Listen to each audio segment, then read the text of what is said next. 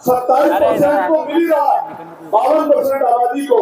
लेकिन मैंने कहा कि 27 से कुछ लेंगे नहीं, और जो अति पिछड़ी जातियां जिनको मौका नहीं मिला उनको अलग से 15% आरक्षण की व्यवस्था कराएंगे, जिस तरह से ईडब्ल्यूएस की सरकार ने कराई थी।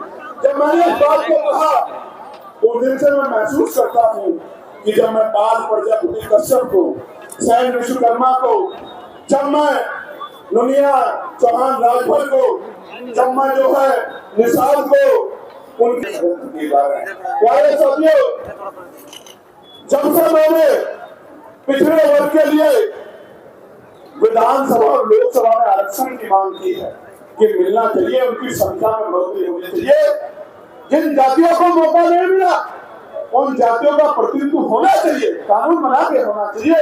उस दिन से मेरे खिलाफ यादी के जब से मैं बहुजन समाज के लोगों के मुख्य मुद्दे, उनकी जरूरत, उनकी दिल की तड़प, उनकी दिल की आह और उनकी वो बात जिसको कोई कर नहीं रहा उसको करने का काम किया है, तब से मेरे खिलाफ एक माहौल बन रहा। मैं आपको कहना चाहता हूँ मंच के माध्यम से, माहौल बनाओ, मेरे पैर तोड़ दो, मेरी जबान काट लो, मेरी आंख फोड़ दो या मेरी हत्या कर दो, लेकिन जब तक मेरे शरीर में लहू का आखिरी कतरा और आखिरी सांस रहेगा मैं ये करके दिखाऊंगा। मेरी बात को आप याद रखें।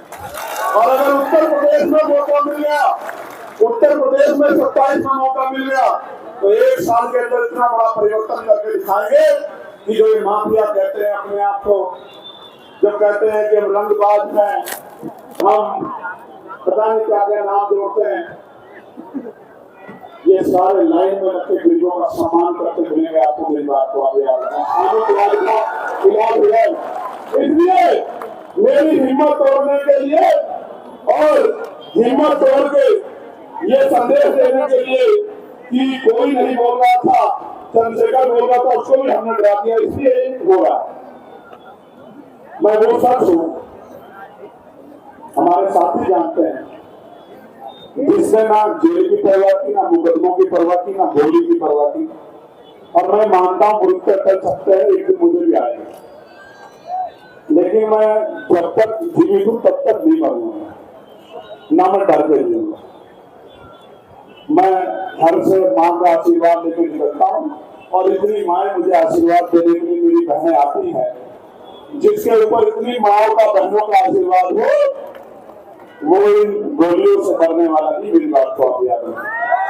प्यारे साथियों, माननीय काशीराम साहब का जन्मदिन है, और मैं ये कहना चाहता हूँ कि उनका जन्म भारत में दलितों, शोषितों, पिछड़ों के लिए एक वरदान साबित हुआ है।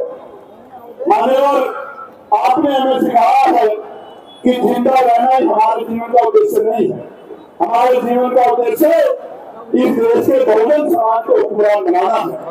जब तक हमें राजपाट नहीं मिलेगा तब तक हम सभी शोषण का शिकार होते रहेंगे, क्योंकि बलि हमेशा बकरे की दी जाती है, शेरों की नहीं। मैं आपके जन्मदिन पे आपको बधाई पेश करता हूँ, और मैं मानता हूँ श्रद्धांजलि देते हुए कि आपको सच्ची श्रद्धांजलि होगी कि जब हम माननीय काशीराम साहब का अधूरा सपना पूरा करेंगे। मेरे साथ जोर से बताओ कि माननीय काशीराम साहब का अधूरा सपना। आपकी आवाज कम है, मेरी आवाज ज्यादा। बताओ सपना पूरा करेंगे नहीं करेंगे? वो जो पेड़ पे चढ़े वो बताओ सपना पूरा करेंगे नहीं करेंगे? दोनों माँ पानी के टैंक पे बैठे, दोनों हाथ उठा के बताओ सपना पूरा करेंगे। आज फिर मेरे साथ दोनों अपने पैरों पे खड़े हो जाओ, समेत मेरे साथ संकल्प लो। जो संकल्प में यहाँ पे लोग उसको दोहराने का काम करना, ऐसे हाथ करो।